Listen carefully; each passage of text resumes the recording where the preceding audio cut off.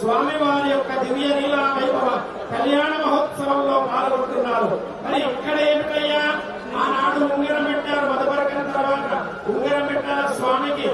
మరి కాళ్ళు కడిగిన తర్వాత ఉంగరం పెట్టే సాంప్రదాయం ఉన్నది. మరి ఇక్కడ అయ్యవారి పక్షం ఉన్నారు, అమ్మవారి పక్షం ఉన్నారు, చక్కగా ఒక్క వేలు ఉంటుంది.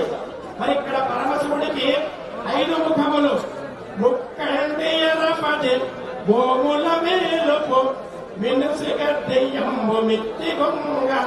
అరపది అంటే 5, మరి 5 ముఖములు ఉంటే ఎన్ని వేళ్ళు ఉంటాయి? మరి సంసిద్ధుల కంటే ఆనాడు వజ్రమే నూర్య గోమేదిక ఇత్యాది ఆ రత్నములతో పొదిగినటువంటి బంగారు పుణ్యరాన్ని తో మధుపరకనిచ్చారట. మనము కూడా ఇస్తున్నాం. ఏమిటది? భక్తి, సఖ్యము, శ్రవణము, అర్చనము, సేవ, ఆత్మలోనుగా సంకీర్తన. భక్తుడి యొక్క భక్తిని మాత్రమే స్వీకరిస్తాడు. అలాంటి నవవిధ భక్తి ప్రవక్తులతో స్వామివారికి మనం చక్కగా మధుపరకాన్ని సమర్పణ చేసిన తదనంతరం ఇక గుణదీనిక ధారణా కార్యక్రమానికి సంసిద్ధులు కంటే అదిగదిగో ఇద్దరందరూ ప్రమథగణ స్వరూపులుగా విచ్చేసినారు భక్తులు. ఇది కళ్యాణ వేదికన, ఇది సాక్షాత్తు కైలాస భాసనం. ఇక సాక్షాత్తు జగలింగ స్వరూపంగా జగద్గురువు గారు ఉన్నారు. ఇంతటి సుదివ్యమైన, సుమనోహరమైన, సౌగంధ్యమైన, కుసుమ విరాజితమైన వేదికమైన అధిగదిగా జగస్వాములు తెరపడుతూ ఉన్నారు. ఆ తెర దేనికి చిహ్నం అంటే జీవుడు దేవుడు రెండింటి మధ్యలో మాయ అనే తెర. అది తొలగిందా దేవో దేవాలయ ప్రోక్తో జీవో దేవ సనాతన సోహం భావేన పూజే అనే భావన చేత జీవుడే శివుడవుతాడనే భావన. అదిగదిగో ఆ తెరపట్టాలు లౌకికాచార పరమైతే ఆధ్యాత్మిక పరంగా సమున్నత స్థానాన్ని చేరుకోవడానికి మనం మోహము, మాయ అనేవి అడ్డుగా ఉంటాయి. అవి తొలగదే స్వామి అని స్వామిని ప్రార్థిస్తున్నా.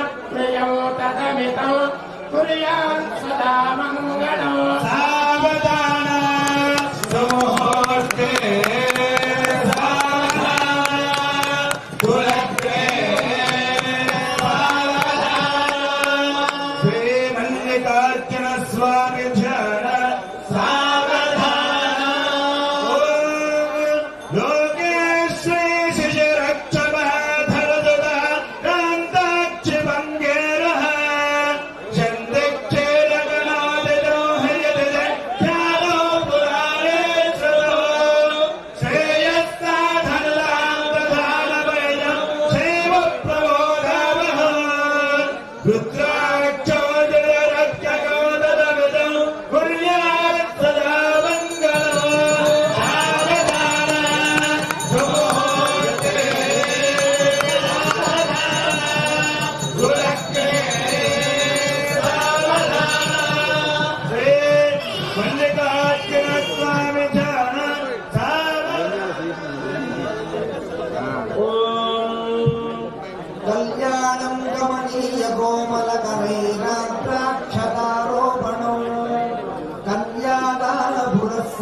सुरगुणोर्विप्राशिशोऽनुग्रहम् बाह्वोत्कङ्कणबन्धनम् दशगुणम् माङ्गल्यसूत्रान्वितम् रुद्राणी भवयोर्विवाहसमये देयादिनं मङ्गलम्